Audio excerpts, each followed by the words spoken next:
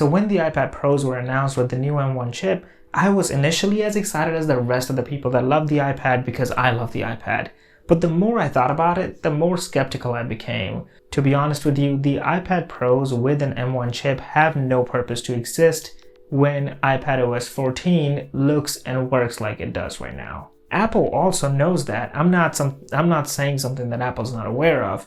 So they have to be bringing something very exciting with iPadOS 14. I'm actually very excited about it. I really want the iPadOS 14 to completely overhaul what the iPad looks and feels like. I just want to be a little more realistic with you guys and talk to you about what I've been thinking about, what iPadOS 15 might be, and why I think it will end up disappointing everybody who is hoping for a whole lot to show up when iPadOS 15 is announced. So if all of that sounds interesting to you, let's get started.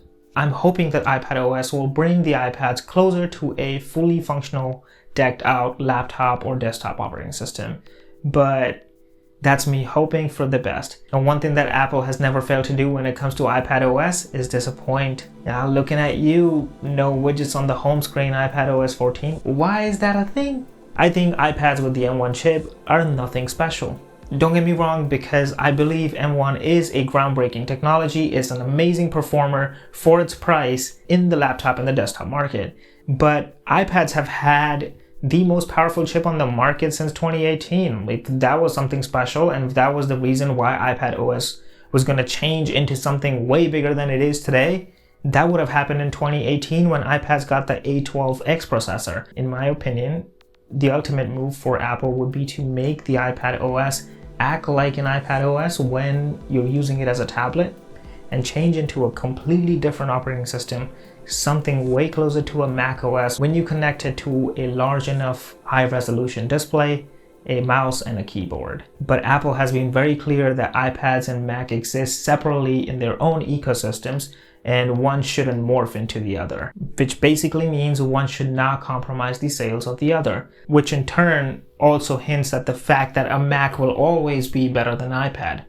Keeping that point in mind, that a Mac is always going to be better than an iPad, we can take a look at a few features that have trickled down to the iPad from macOS. Let's take a look at the Files app.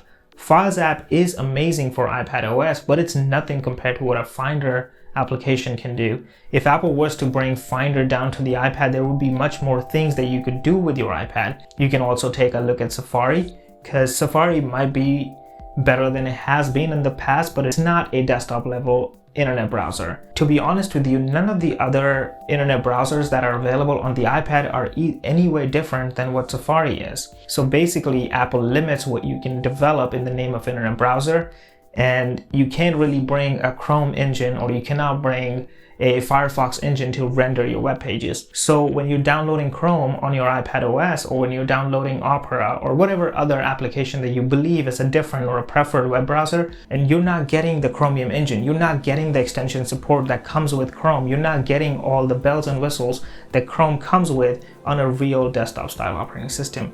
And I don't see that changing with iPadOS 15.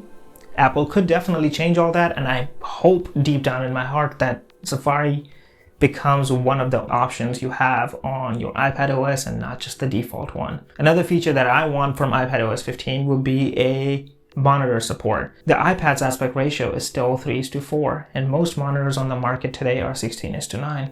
So that either means that iPads will continue to have pillar boxing, or iPadOS will give you something where you can have a second monitor.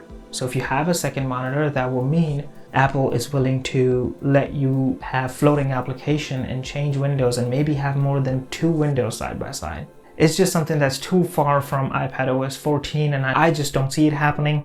I will be more than happy if it happens. I just feel like at that point in time, iPads will come way too close to the macOS lineup, and not enough people are going to be buying a MacBook and an iPad to do the same task when it can be done on an iPad by itself. Let's talk about something that I think almost everybody who cares about the iPads care about.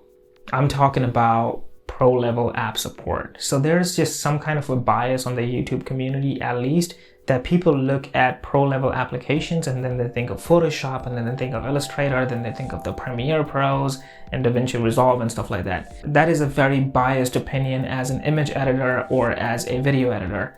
But those people have some solutions on the iPad which are amazing. For instance, there's Affinity Photo on the iPad, which is almost as powerful as Photoshop. And then there's LumaFusion, which is almost as powerful as DaVinci Resolve Free. Maybe not, but close enough. I mean, you can do some pro-level video editing on your iPad, and a lot of people actually do it. So keeping all of that in mind, there are not enough pro applications because those are not the only pros that exist. There's not an equivalent to Minitab on the iPad. No engineer can ever use iPad to do statistical analysis. There's no application on the iPad that can compete with what SolidWorks does on the iPad. And that's just me thinking as an engineer, but if I try to expand my limitation of what domain I'm thinking of, I think there are not enough accounting softwares that can be put on the iPad. There are not enough research-related scientific application softwares that come to the iPad. And there's nothing that iPadOS 15 can do to solve these problems.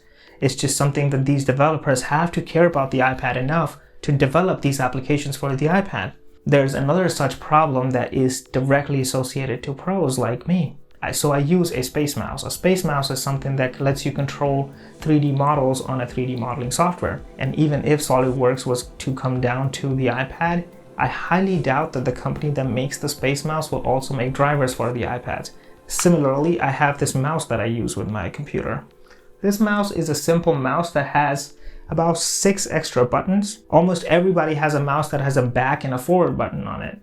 None of those buttons are compatible with iPad at this point in time. And this is something that I don't know if iPadOS 15 can solve, because this will require third-party accessory developers to actually develop for the iPad.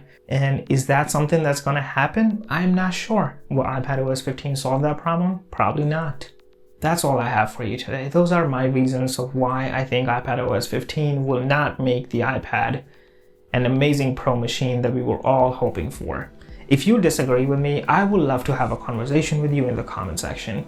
I could be completely wrong on every single point in this video, and I'm open to discussion, so please go down in the comments and let's have some healthy discussion. Hopefully nobody wants to curse me out, but if you do, feel free. And if you like this video, please hit the like button. And if you dislike this video, please make sure you dislike the video as well. And if you think there's more topics that I should talk about, please write them in the comment section. Anyways, thank you for watching. This is Geet.